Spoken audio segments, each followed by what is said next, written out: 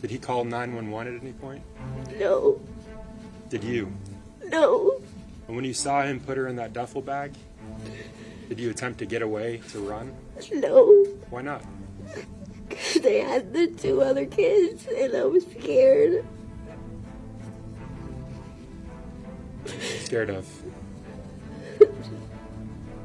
That something would happen to me or Adam and the kids. Adam Montgomery, a man accused of murdering his 5-year-old daughter Harmony, goes on trial. From chilling admissions to forensics to a potential alternative suspect, we have the full trial recap for you. Welcome to Sidebar, presented by Law&Crime. I'm Jesse Weber. On the Law&Crime Network, we were covering quite the trial out of New Hampshire. And I will tell you, it's a difficult one. Very difficult one, to say the least. It is the case of Adam Montgomery, the father accused of murdering his 5-year-old daughter, Harmony Montgomery, back in December of 2019, even though she wasn't declared missing until 2021. He was charged with second-degree murder, second-degree assault, falsifying physical evidence, abuse of a corpse, witness tampering. Now, here's the thing.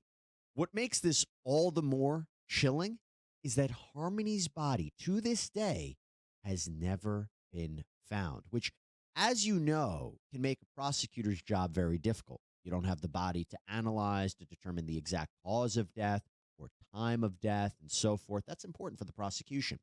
Now, we are going to do a full trial recap for you right now, including what evidence the prosecution had against Montgomery and what the defense was that was presented in this case. But what makes this case legally interesting is what Montgomery chose to do. You see, while he pled not guilty to the murder charge, he actually admitted to falsifying evidence and abuse of the corpse. So in other words, as you'll see, he admits he helped dispose of Harmony's remains, but says he is not the killer. Okay, let's start off with opening statements. And I say it all the time. The opening statements are each side's attempt to lay out a roadmap, a guide of where the case is going to go. So let's start this off with prosecutor Christopher Knowles. Where is Harmony? When people across this nation, from Florida all the way up to Alaska and everywhere in between, were looking for Harmony, there's one person who is not. One person. The one person who should have been looking for Harmony was not. Her biological father, that defendant that you saw 2 days ago, he wasn't looking for her, and in fact, he was hoping that she wouldn't be found. His concern was not with finding this innocent 5-year-old girl. His concern was that she would be found. On December 7th, 2019, the defendant beat Harmony to death because she had a bathroom accident, something she had no control over.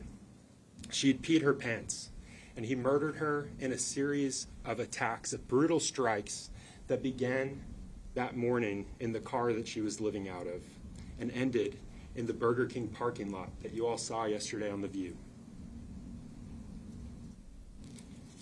He carried her body with him for months. For months he carried her body. And he discarded her with zero appreciation for the life that he'd taken. Just a fear of being caught. And in the months that followed, he beat, he injured, he terrorized the only witness to his crime, the only person that could come in here and tell you what he did. She was his loose end, Kayla Montgomery, his wife. He conditioned Kayla through force and through threats with the purpose of making sure that she would never come in here and tell you what she'd seen, what he did. Just a brutal, brutal story laid out by the prosecution, that he beat his own 5-year-old daughter to death because she had an accident, and that he moved her remains from place to place and tried to discard the body in different ways. This is what we're dealing with. I say it all the time, but this is what we're dealing with, which we're going to get into that part too. And by the way, you also heard about Kayla Montgomery. So this is an eyewitness to the murder, and he had to keep her quiet. And speaking of Kayla Montgomery, as you will hear from the defense, that is who they pin the blame on when it comes to Harmony. So is Kayla Montgomery perhaps responsible for Harmony's death? Here's Montgomery's defense attorney, James Brooks. Adam Montgomery did not kill Harmony. Adam Montgomery did not beat Harmony in the head as he approached the Burger King drive-thru. Adam Montgomery did not cause Harmony's death. Kayla Montgomery was the last person to see Harmony alive and know how Harmony died. But she didn't come clean with Adam. She didn't come clean with the police. And she will not come clean with you. She is still lying about the cause of Harmony's death. Even though Kayla now has her deal with the state, she continues to lie. The only reason Kayla has to lie now is to protect herself. The only reason she has to lie and point the finger at Adam is because the truth points the finger at her. The only reason Kayla has to lie to make Harmony's death so brutal and foul by Adam is to hide that Adam was protecting Kayla, his wife, and the mother of his kids. Now look, I'm not pretending that Adam isn't innocent here. Adam is not an innocent here. He and Kayla covered up Harmony's death. He's not an innocent here. He and Kayla moved Harmony's body from place to place to keep it hidden. What defense attorney Brooks is saying is that Adam is basically the fall guy, right? That he's being blamed for what his estranged wife did and said. But look, he is admitting to participating in the cover-up, and that can be an effective strategy at trial, by the way. You tell the jury, listen, it's not as if I'm saying I'm not guilty to everything. I'm admitting to covering up the death of my own daughter. If I'm admitting that, doesn't that show how credible I am when I tell you I am not the one who killed her? Now, as you'll see, the evidence of the cover-up is pretty blatant, so maybe he didn't really have a choice but to admit this. So keep that in mind. But also you should keep in mind, what evidence do we have that he was the one who actually killed Harmony Montgomery? We will talk about that. And by the way, Kayla Montgomery, she pled guilty to perjury for lying about where she was. She's serving an 18-month prison sentence. So is she credible? Is she just saying what she has to say to help prosecutors? We're going to get into that too. But after the opening statements, we had witness testimony. And let me just start off with Crystal Sorey. This is Harmony's biological mother. She lost custody of Harmony. She had drug addiction issues. But she testified that the last time she saw her daughter Harmony was April of 2019, and that she was trying desperately to reach out to Adam and Kayla to see Harmony. Did you continue these efforts you talked about before, trying to get in touch with Adam? Yes. And what about September of 2019? Were you trying to get in touch with Adam then? Yes. What about October and November of 2019? Were you trying to get in touch with Adam then? Yes. Christmas of 2019? Yes. In touch with him then? Yes. Were any of those successful? No. Did you see or hear from Harmony at all during that time period? No. What about the following year, in the year 2020? Did you try to get a hold of Adam and Harmony? Yes, I had made a new Facebook hoping, because he had blocked me and so did Kayla, I was hoping to get through to him that way. So heartbreaking. And you hear her getting particularly emotional when talking about Christmas 2019, as that was around the time that prosecutors say Adam Montgomery murdered Harmony. But now let's actually get to the state's key witness, Kayla. Kayla Montgomery, the defendant's estranged wife, Harmony's stepmother, an eyewitness to the murder. And it was interesting because the prosecution got out in front of a very bad fact about Kayla before the defense could even jump on it, that she is in prison. Kayla, why are you currently incarcerated? For perjury, for lying on to the jury about the whereabouts of where I was and where Harmony was. And when you say lying to the jury, was that the grand jury? Yes. Did you also lie to the police? Yes. Why'd you do that? Because I was scared, and I was told by Adam to stick with that story, that I got dropped off at work at Dunkin' Donuts, where I no longer worked at that time, and to say that he was bringing Harmony to meet her mother, Crystal, and that he dropped her off with her. And then when he came and picked me up from work, which I was not working there at the time, he didn't have her in the car, which that was a lie. That theme that she lied, that she covered up for Adam Montgomery because she was afraid of him, that is going to be very big moving forward in this case. In fact, a Roseanne Smith would testify in this trial. She drove Adam and his family to methadone clinic appointments, and she observed Kayla with a badly bruised black eye that began to swell. She hadn't noticed that before. Was Kayla being abused by Adam? Did she have a reasonable fear for her life if she didn't help him? That's what the jury had to consider. But going back to the lies that Kayla Montgomery told the grand jury, if that's not what happened to Harmony, what did? And Kayla, I want you to walk the jurors through in as much detail as you can what happened on your route from Habitopco to that Burger King. Adam was getting really angry from Harmony peeing in the car, and he repetitively kept punching her on the way to Burger King, and there were a couple red lights, and when we were at red lights, he would go over the driver's seat, in between the passenger seat, and he was just punching her repetitively in the head. You said she was making a weird noise. Yes. Can you describe it? It was like, I can't even describe it. It was like a moaning kind of noise, but crying. It was just weird. I can't explain it. Did you try to help Harmony while he was striking her? Yes. Tell the jurors what you did to help, to try to help. I put my arm up and said to stop, but he looked at me and he gave me this look that was like evil. His crazy eyes. I didn't like it, and I couldn't stop him from hitting her, because the look that he gave me was scary. I was scared. What were you feeling when he looked at you like that? Like he was either gonna hit me or just, I don't know. It was weird. Shortly after that, did he say anything to you when he stopped? He said he thinks that he really hurt her. When you say Harmony had passed away, when did you realize that Harmony had passed away? When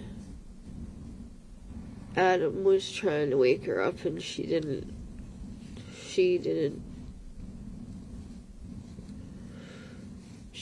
reply or anything. He took the duffel bag that was in the trunk and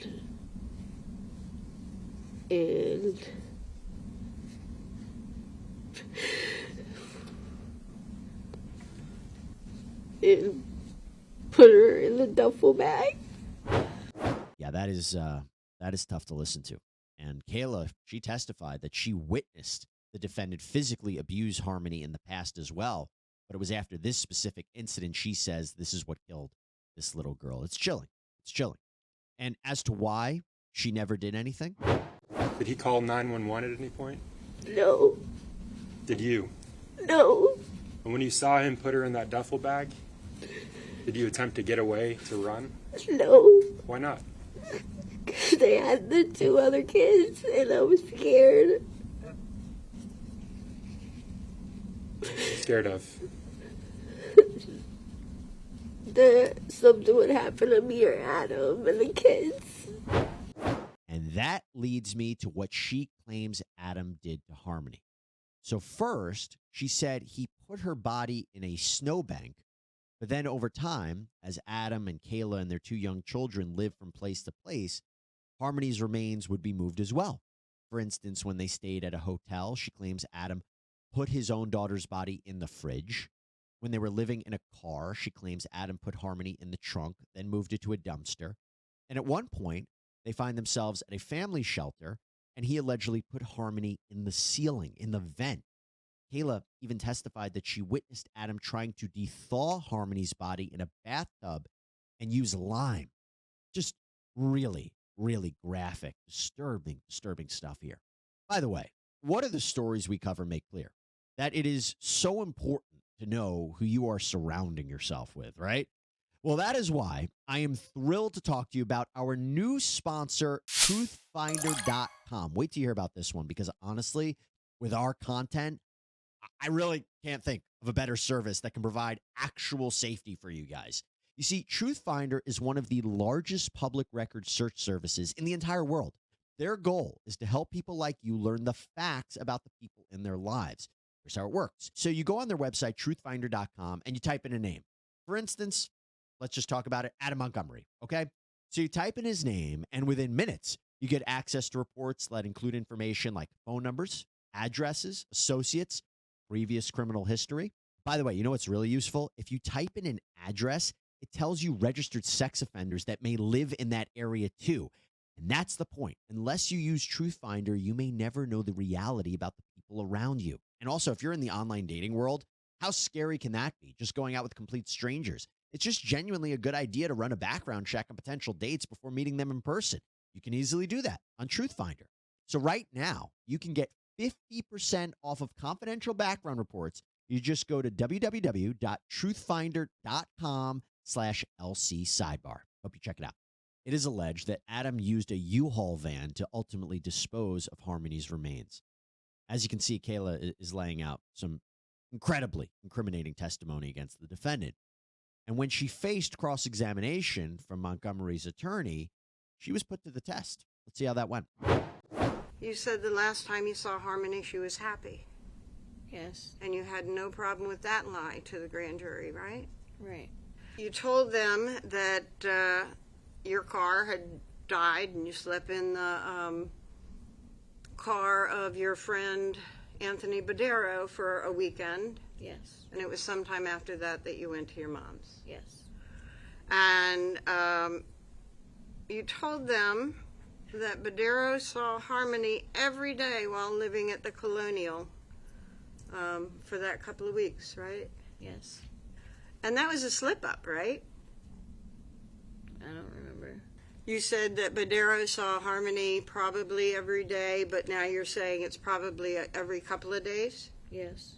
And after you said that to the prosecutor, do you remember actually addressing the fact that you said that you hadn't seen Harmony after November 30th? No.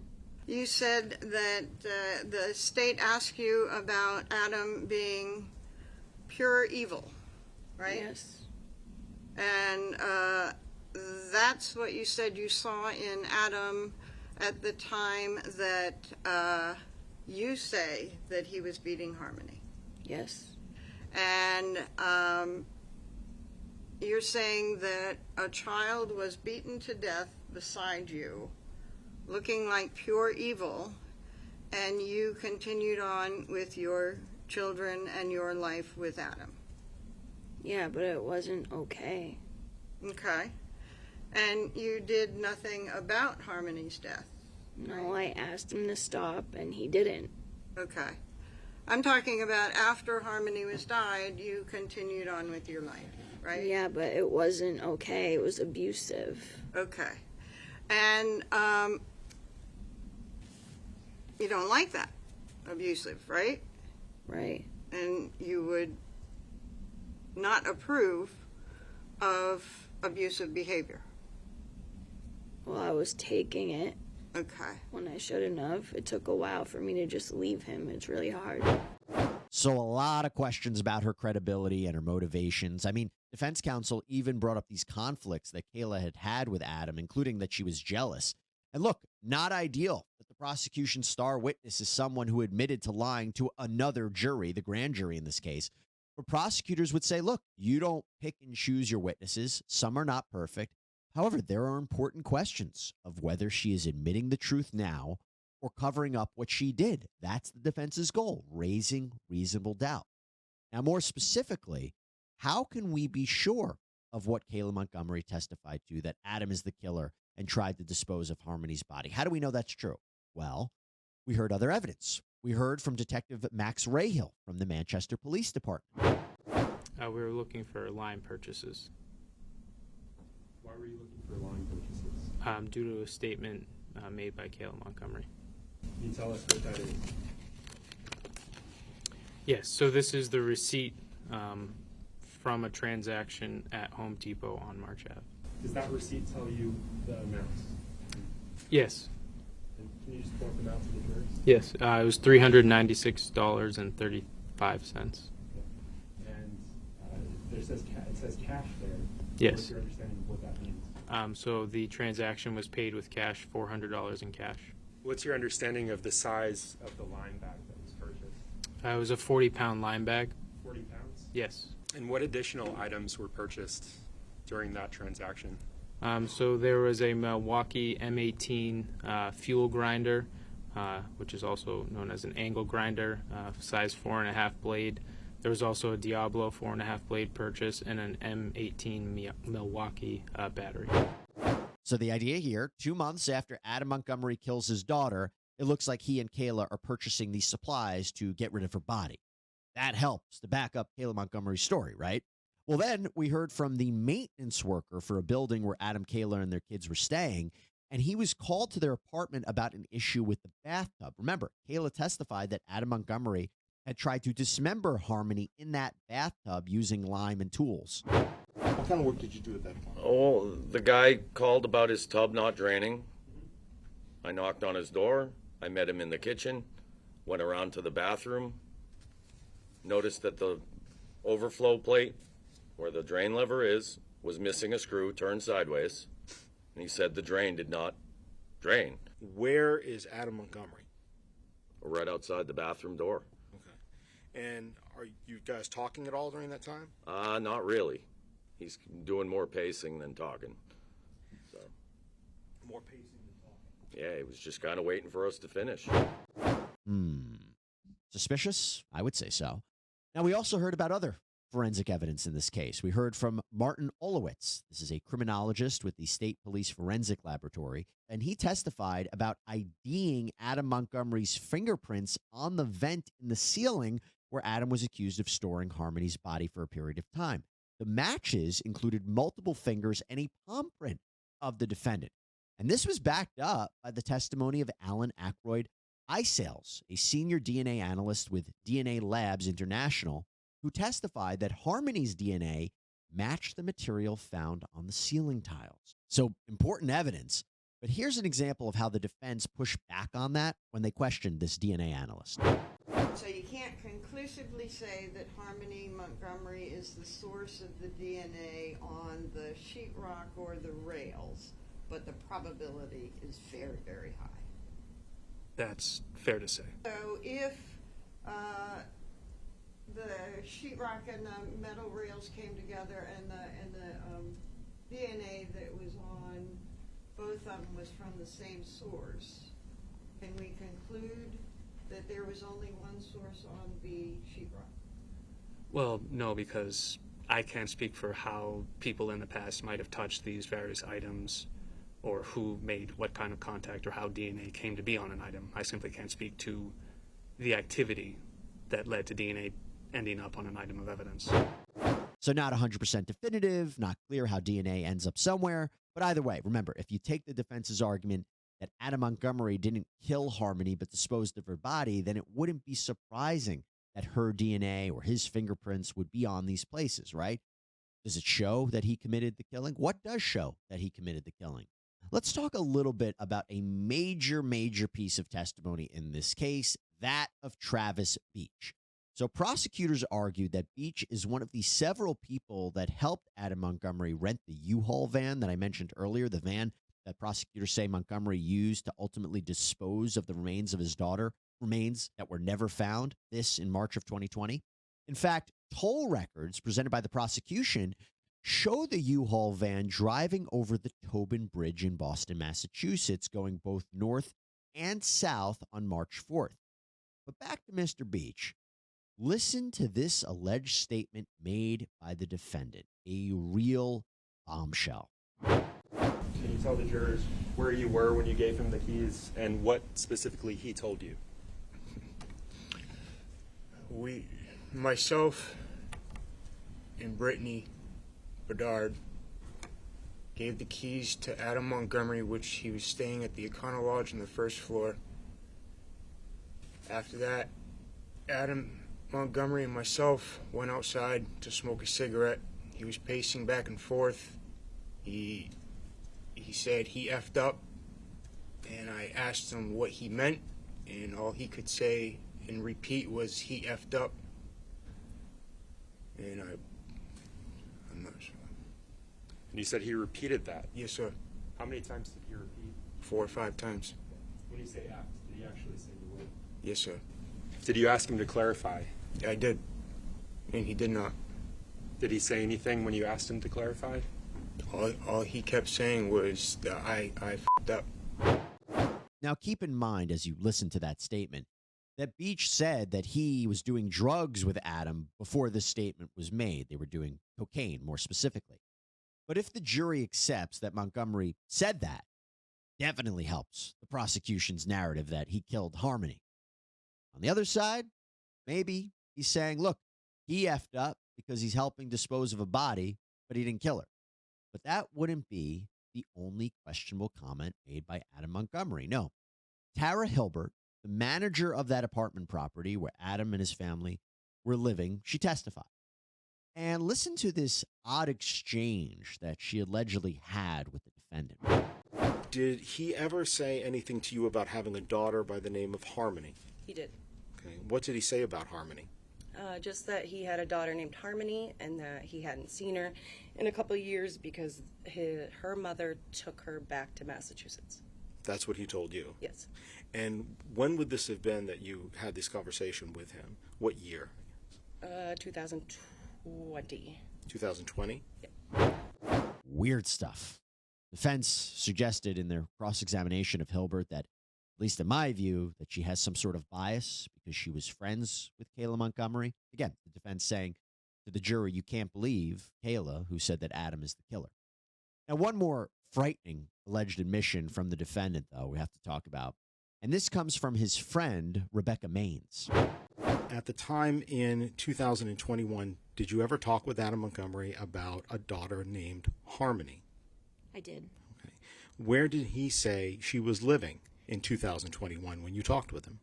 He told me that he dropped her off to her mother in 2019 at a rest area. What did he say about how often he was seeing her back in 2021? He said her mother would not allow him to see her and that he had been trying for some time. What did he say about why he decided to send Harmony back to her mother? Because she continually pants. Did he ever tell you about a physical incident between himself and Harmony? He did. He was in the bathroom and he had walked out to find Harmony with her hands over the baby's mouth and nose, and that the baby was not breathing and turning blue, and he said he saw red and he just backhanded her. Finally, with regards to what the defendant stated to you about Harmony, what, if anything, did he ever say, or I'm sorry, who, if anyone, did he ever say Harmony reminded him of? Her mother. Her mother? Her mother. And did he tell you how that made him feel? He said he hated her, right to his core.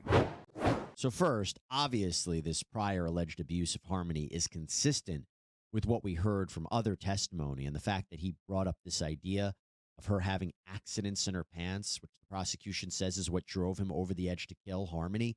This is very important testimony. And then to hear that he hated the mother. If the jury believes that, definitely helps create a further understanding of why he had so much anger towards his daughter. But after the prosecution rested their case, the defense moved to dismiss the case. They have to show that, viewing the evidence in light most favorable to the prosecution, it is insufficient to warrant a conviction. This is a motion to dismiss. They have to prove that no rational jury or judge would find proof beyond a reasonable doubt. This is very pro forma. Almost in every case that we've covered, defense attorneys try to get the case thrown out after the prosecution rests. But here, like in many cases, it was denied. There is enough of an issue of fact for the jury to consider. Now, for the defense, they actually chose not to call any witnesses during the trial. So then ultimately, we moved to the closing arguments, the last attempt by each side to summarize the case and make their final points. Here is part of the defense's closing argument. Wake up, baby girl. Baby girl, wake up. Those were the words that Kayla used to describe how Adam approached his child when he discovered that she was dead. Kayla used words that were the truth sometimes to fill in her lies. Those words were from a real memory of how Adam was speaking. Adam is no innocent. Shortly after he discovered that his baby girl would not wake up again, he began a series of decisions, terrible and criminal decisions. He made them with a very misguided belief that he had to make them to keep his family from being ripped apart. And he made those decisions with the input and influence of his wife, Kayla. He did make those choices, and you will hold him accountable for those choices. But he did not do this to hide that he killed Harmony, because he did not kill Harmony. So Kayla decided to lie about Harmony's death, to accuse Adam of something that he did not do, to get herself out of her own problems. And what better way than to pick an accusation that had already been made? Adam was already arrested and in jail for an allegation of striking Harmony, a tale that he had struck her and given her black eyes. That became the groundwork for Kayla's own lies. She had to lie because the truth would point to her. But I want you to consider which is more likely, that a mother of her own children and a caretaker by all accounts, a loving and joyful girl she is taking care of, would stand by and protect a man who brutally beat time and time again in front of her and her own children, that beautiful child? Or would a father who failed in his responsibility to care for that beautiful child, would he stand by his wife because he did not know how Harmony died? So he was covering up for his wife. She is the liar. She is accusing him to get out of her own legal issues. Okay, here is the prosecution's response in their closing argument. I up.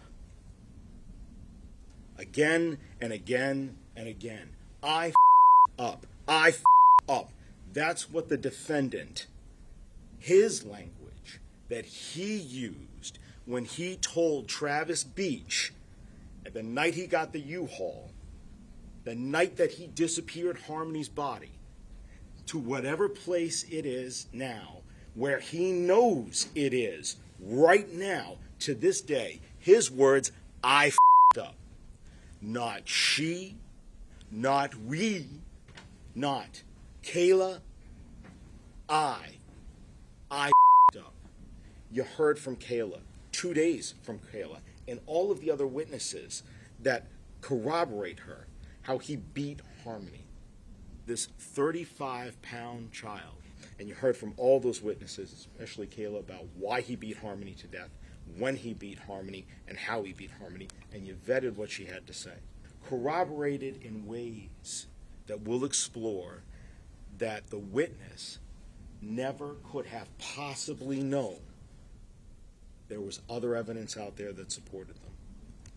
And then beat and manipulated and controlled Kayla afterwards to make sure that she stuck to the story so he would not be held accountable and the evidence of his crimes would not be found. So when he says that you can find him guilty of these, understand that these two are but a part of the whole of his criminality, of how he murdered Harmony as well. He's a murderer. That's getting rid of evidence. That's what murderers do. They silence witnesses into staying silent or even perjuring themselves. They don't mind abusing the body so that the evidence of how their victim was murdered can never be found or used against them. They clean bathrooms with ammonia after they get rid of the evidence, like this defendant did.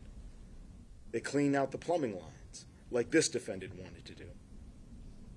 They desecrate and hide the dead so that the body cannot tell the story of how they died to the living.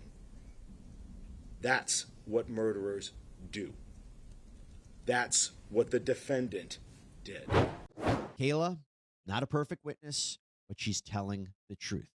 He may be acknowledging a role in covering up Harmony's death, but that shows that he is the murderer. Look at all the other corroborating evidence. Well, after about 6 hours of deliberations over 2 days, here was the jury's verdict. As to charge ID 202-7112C, charging the defendant, Adam Montgomery, with the crime of second-degree murder. Do you find the defendant guilty or not guilty? Guilty. So, yes, he was found guilty of murder and all of the other charges as well. Little side note here, Montgomery chose to not actually be in the courtroom for the trial, so we didn't get his reaction there. He is already serving a 30-year prison sentence on an unrelated gun conviction, by the way. But here for murder and other charges, he will be sentenced on May 9th. He faces 35 years to life in prison. And it is our understanding that victim impact statements will be allowed in court as well, which, considering the death of this 5-year-old girl, will probably be very difficult, very emotional, but very important to hear nonetheless. All right, everybody, that is all we have for you here on Sidebar. Thank you so much for joining us as always. Please subscribe on Apple Podcasts, Spotify, YouTube, wherever you get your podcasts. I'm Jesse Weber. Speak to you next time.